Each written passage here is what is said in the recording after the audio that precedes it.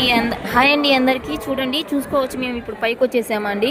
ఎంతమంది జనాభా ఉన్నారో చూడండి. మేము 7/7/2026 ఇప్పుడు ఎంతమంది జనాభా ఉన్నారో చూసుకోవచ్చు మీరు. కంపార్ట్మెంట్స్ అన్నీ నిండిపోయి ఉన్నాయండి. ఎంతమంది జనాభా ఉన్నారో చూడండి మీరేను. చుట్టుపక్కల జనాభానండి ఎంతమంది ఉన్నారండి, చాలా మంది ఉన్నారండి. నేను మీకు పర్సనల్ కూడా చెప్తున్నాను, బెడ్షీట్తో పాటు కంపల్సరీ స్వెటర్ తెచ్చుకోండి.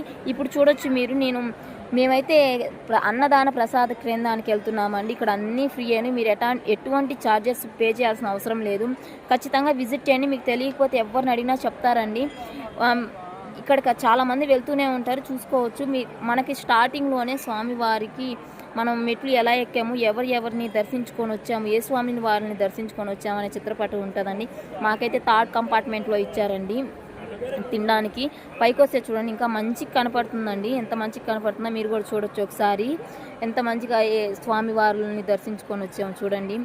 మాకైతే లాస్ట్ సీట్ దొరికిందండి. లాస్ట్లో చూడండి, పొంగలి, తాలింపు, చట్నీ పెట్టారండి. ఎంతమంది ఉన్నారో చూడండి. ఇంతమందికి అన్నదాన ప్రసాద కేంద్రాన్ని నిర్మించి దాన్ని రన్ చేయడం అనేది చిన్న విషయం కాదు కదండి. ఇంతమందికి పెడుతున్నారంటే ఎంత గ్రేటో కదండి. మనం ఎంత తింటే అంత తృప్తిగా తినొచ్చు అండి.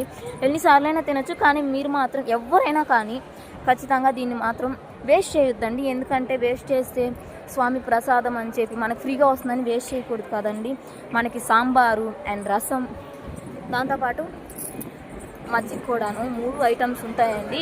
ఎవ్రీడే చేంజ్ అవుతూ ఉంటుంది కర్రీ, కానీ రసం సాంబార్ మాత్రం ఎవ్రీడే ఉంటుందండి. చూసుకోవచ్చు. మీకు లంచ్ టైమింగ్స్ అనేవి కూడా చూసుకోవచ్చు అండి. Like and subscribe.